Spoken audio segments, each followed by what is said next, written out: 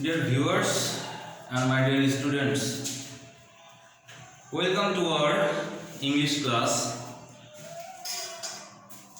We are going to take an online class for today of class 3 and 4. I am taking this class both of class 3 and class 4 because today's topics are same for the both students. Today's topics is translation, and I have written some sentence for translation of present continuous tense. For our previous semester, I have given you some translation, present indefinite tense, past indefinite tense, and this session I want to discuss with you about present continuous tense. Present continuous tense, how can we identify it is present continuous tense? Present continuous tense আমরা চিনব কিভাবে? Present continuous tense আমরা চিনব, আমি just তোমাদের সাথে সংক্ষিপ্ত আকারে আলোচনা করব। প্রেজেন্ট কন্টিনিউয়াস টেন্স আমরা চিনব এইভাবে যে বাক্যের শেষে বা ভার্বের শেষে, ভার্বের ক্রিয়াপদের শেষে যদি তেসি, তেসো, তেসের এই কথাগুলো থাকে, তেসে, তেসে, তেসি, তেসো, অথবা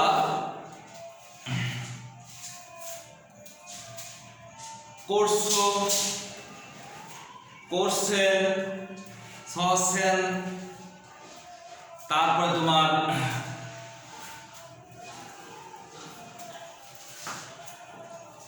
চয় ছয় একার, চয় ছয় রস্যিকার, এগুলো যদি থাকে তাহলে তাকে আমরা প্রেজেন্ট কন্টিনিউয়াস টেন্স ধরব।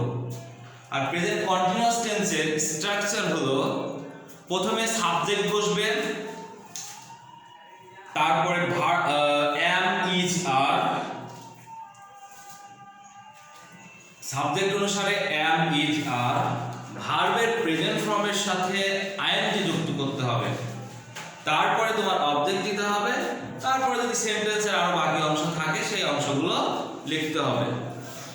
আমি আবার বলছি, সেন্টেন্সের স্ট্রাকচার হবে তোমার, প্রেজেন্ট কন্টিনিউয়াস টেন্সের স্ট্রাকচার হবে সাবজেক্ট প্লাস এম অথবা ইজ অথবা আর, ভার্বের প্রেজেন্ট ফর্মের সাথে আইএনজি যোগ করতে হবে, প্লাস অবজেক্ট প্লাস বাকি অংশ।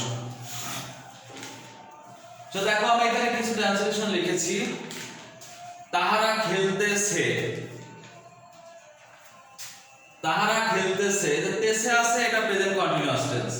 স্ট্রাকচার অনুসারে তাহারা, সাবজেক্ট হলো তাহারা আর ভার্ব হলো খেলা। এখানে তাহলে তাহারা ইংরেজি দে, আর অক্সিলারি ভার্ব হবে তোমার, যেহেতু এটা plural form, so auxiliary verb হবে আমার আর, দে আর। প্লে, প্লে হলো ভার্বের প্রেজেন্ট ফর্ম, তার সাথে আইএনজি যোগ করেছি, প্লেইং, তাহলে দে আর প্লেইং। পরেরটা আছে দেখো, কুকুরটি ঘেউ ঘেউ করতেছে, কুকুরটি ঘেউ ঘেউ করতেছে। The dog is barking, the dog is barking, bark মানে ঘেউ ঘেউ করা, আর barking, বার্কের সাথে আইএনজি যোগ করে দিতে হয়েছে। ছেলেটি ঘুড়ি উড়াইতেছে, ছেলেটি ঘুড়ি উড়াইতেছে, ছেলেটি দা বয়, অক্সিলারি ভার্ব ইজ, উড়ানোর ইংরেজি ফ্লাই, তার সাথে আইএনজি যুক্ত হয়েছে ফ্লাইং, আর কাইট। রিমা চিঠি লিখতেছে, রিমা চিঠি লিখতেছে, Rima is writing a letter, Rima is writing a letter. আমরা ইংরেজি শিখতেছি, শেখার ইংরেজি learn. We are learning English, we are learning English. মেয়েটি কাঁদতেছে, the girl is crying, the girl is crying. সে স্কুলে যাইতেছে, he is going to school. তুমি একটি গল্পের বই পড়তেছো, you are reading a story book. মা ভাত রান্না করতেছে, মাদার ইজ কুকিং রাইস। এখন বৃষ্টি হইতেছে না, এটা নেগেটিভ ফর্মে করেছি আমি। নেগেটিভ ফর্ম হলে পরে সাবজেক্ট প্লাস am not অথবা is not অথবা are not প্লাস ভার্বের প্রেজেন্ট ফর্মের সাথে ing যুক্ত করতে হবে প্লাস অবজেক্ট প্লাস বাকি অংশ। তাহলে এখানে দেখো, এখন বৃষ্টি হইতেছে না, প্রেজেন্ট, এটা হলো নেগেটিভ, প্রেজেন্ট কন্টিনিউয়াস টেন্সের নেগেটিভ ফর্ম। তাহলে subject plus is not plus ভার্বের সাথে ing যোগ করেছি raining now, it is not raining now।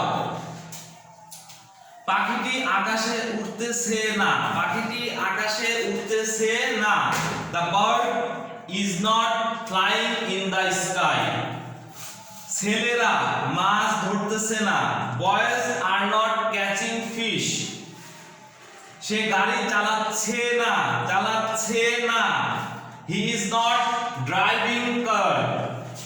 আমি লিখতেছি না, I am not writing। তুমি সেখানে যাচ্ছ না, you are not going there, you are not going there।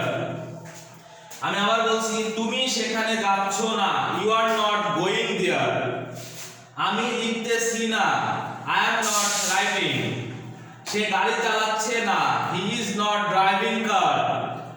ছেলেরা মাছ ধরতেছে না, boys are not catching fish। পাখিটি আকাশে উড়তেছে না, the bird is not flying in the sky। এখন বৃষ্টি হইতেছে না, it is not raining now। মা ভাত রান্না করতেছে, mother is cooking rice। আমি একটি গল্পের বই তুমি একটি গল্পের বই পড়তেছো, you are reading a story book। সে স্কুলে যাইতেছে, he is going to school। মেয়েটি কাঁদতেছে, the girl is crying। আমরা ইংরেজি শিখতেছি, we are learning English। Rima চিঠি লিখতেছে, Rima is writing a letter। ছেলেটি ঘুড়ি উড়াইতেছে, the boy is flying a kite। কুকুরটি ঘেউ ঘেউ করতেছে, the dog is barking। তাহারা খেলতেছে, they are playing। Hope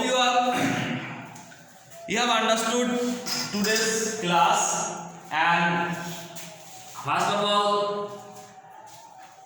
you have to write this sentence in your copy and then translate it and show to your parents for checking. Any confusion you can call me anytime. So no more today. Goodbye.